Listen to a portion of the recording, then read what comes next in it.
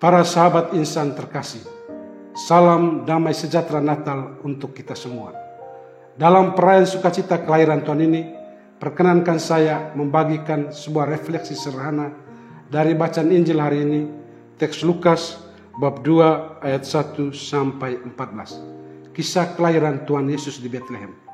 Secara khusus kita diundang untuk merenung bersama Bunda Maria di sekitar palungan Tuhan. Saudara-saudari terkasih, ada beberapa intisari dari kisah kelahiran Yesus yang dapat kita renungkan pada momen yang penuh rahmat dan sukacita ini. Pertama, kisah kelahiran Yesus yang sangat sederhana ini menampilkan peran Maria yang berpartisipasi secara aktif di dalamnya. Ia melahirkan seorang anak laki-laki, anaknya yang sulung, lalu dibungkusnya dengan kain lampin dan dibaringkannya dalam palungan. Aksi Maria ini adalah buah dari kesiapsediaannya yang total bekerja sama dengan rencana Allah, sebagaimana yang telah dimanifestasikannya saat menerima kabar gembira. Terjadilah padaku menurut perkataan. Kedua, Maria menghidupi pengalaman partus dalam sebuah situasi kemiskinan yang ekstrim. Lahir di sebuah kandang hewan, dibaringkan dalam palungan.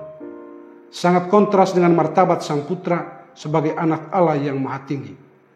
Situasi ini adalah gambaran sikap penolakan manusia terhadap sang juru selamat yang tidak memberikan penginapan. Bunda Maria tidak protes dan mengeluh akan situasi ini, melainkan menjalankannya dengan penuh iman.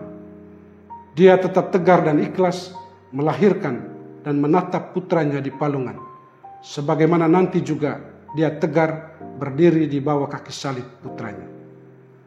Ketiga, Yesus ditolak oleh orang kepunyaannya, namun Allah memilih para gembala yang sederhana untuk menjadi saksi pertama kabar gembira kelahiran Tuhan. Warta malaikat yang disampaikan kepada mereka adalah sebuah undangan sukacita. Malaikat katakan kepada mereka, "Jangan takut, sebab sesungguhnya saya menyampaikan kepadamu sebuah sukacita besar untuk seluruh bangsa." Para gembala bergegas menuju Bethlehem dan menjumpai sang bayi dibungkus dengan kain lampin dan terbaring dalam palungan.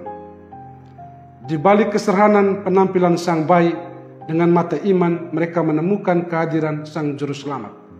Sejak awal Maria sudah percaya keajaiban Allah melalui peristiwa yang sederhana. Iman mampu membaca kebesaran Tuhan lewat hal-hal yang kecil, lemah, dan tersembunyi.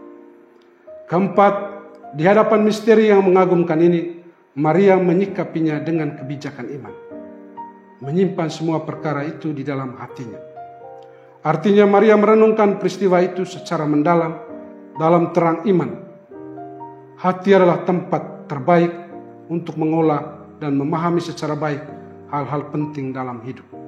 Tidak semua hal itu diceritakan atau dipostingkan atau diviralkan.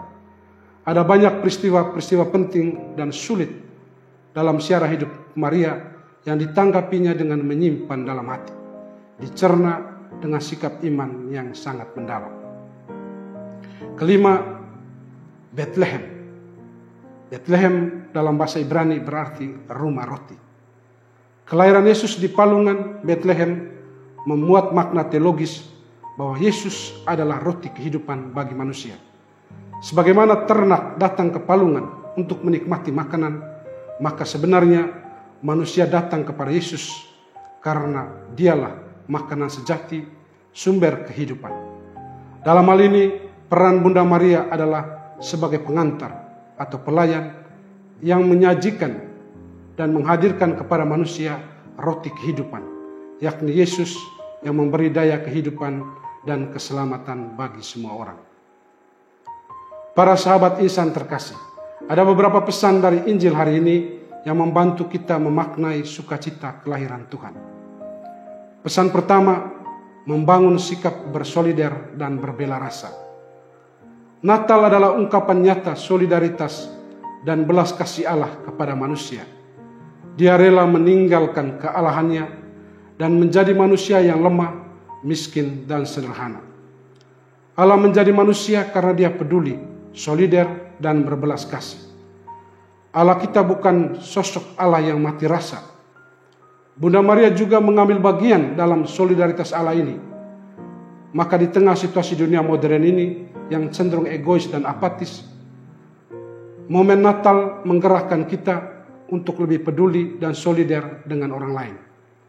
Natal adalah undangan bagi kita keluar dari diri sendiri dan membuka hati bagi orang-orang di sekitar kita. Pesan kedua, mencintai kesederhanaan. Yesus lahir dalam suasana yang sangat sederhana. Malam yang sepi, lahir di kandang, dibungkus dengan kain lampin, dibaringkan di dalam palungan, ditemani oleh Maria dan Yosef, hanya dikunjungi oleh para gembala. Bunda Maria tidak protes dan mengeluh dengan situasi yang serba kekurangan dan tidak nyaman tersebut. Sebagai Bunda Allah, dia tidak menuntut perlakuan yang istimewa. Semangat kesederhanaan Yesus dan Maria menjadi teladan bagi kita. Mentalitas dunia ini seringkali mempengaruhi kita untuk selalu mencari lebih, hidup dalam zona nyaman, gaya hidup materialistis, menuntut perlakuan khusus atau istimewa. Natal mengajak kita untuk mencintai kesederhanaan hidup secara gembira, memeluk situasi kekurangan dalam kehidupan keluarga, komunitas, dan pelayanan kita. Pesan ketiga, spiritualitas kedekatan. Natal adalah momen di mana Allah mendekatkan dirinya dan menyatu dengan manusia. Allah tidak lagi menyapa manusia dari jauh, melainkan datang mengunjungi dan tinggal di tengah-tengah kita. Sejak awal sampai akhir hidup Yesus, Bunda Maria selalu dekat dan menemani putranya. Di samping palungan, berdiri di bawah kaki salib. Natal mengajak kita menghidupi spiritualitas kedekatan ini, mendekatkan diri kepada Allah dan membangun kedekatan dan keakraban serta kelembutan hati dengan orang lain di dalam komunitas, keluarga, dan masyarakat. Salah satu tantangan dunia modern adalah suka menyendiri atau berjalan sendiri. Media sosial seringkali membuat kita terasing dengan orang-orang di sekitar kita. Kita sering mengalami apa yang disebut sindrom alone together.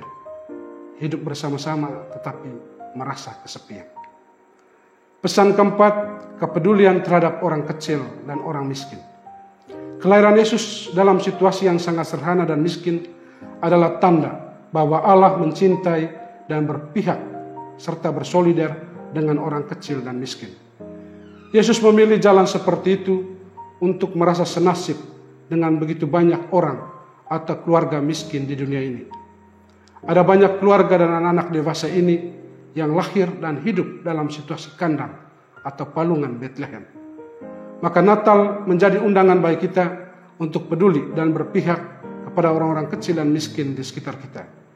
Mereka adalah wajah dan kehadiran Yesus yang nyata di tengah dunia ini. Kita belajar dari Bunda Maria dan para gembala yang menemukan wajah Allah melalui kehadiran orang-orang kecil, miskin, dan tersingkir di sekitar kita. Pesan kelima, kontemplasi dalam aksi. Bunda Maria menyimpan semua perkara itu dalam hatinya. Artinya, Maria melihat dan memahami semua yang terjadi di palungan di Bethlehem itu dengan kacamata iman. Di balik peristiwa yang sederhana itu, dia menemukan kehadiran dan karya Allah. Kita dipanggil juga untuk memiliki mata hati iman seperti Bunda Maria, merenungkan dan memahami setiap peristiwa hidup dan pelayanan kita dengan cara pandang Allah, dengan cara pandang iman. Jika tidak, maka kita akan jatuh dalam bahaya aktivisme dan kelelahan spiritual. Saudara-saudari terkasih, semoga kelahiran Tuhan Yesus mengalirkan rahmat, sukacita, dan damai sejahtera bagi hidup kita. Bersama Bunda Maria, marilah kita menatap dan menyembah Sang Immanuel yang telah lahir dan tinggal dalam palungan hidup kita. Tuhan memberkati kita semua. Amin.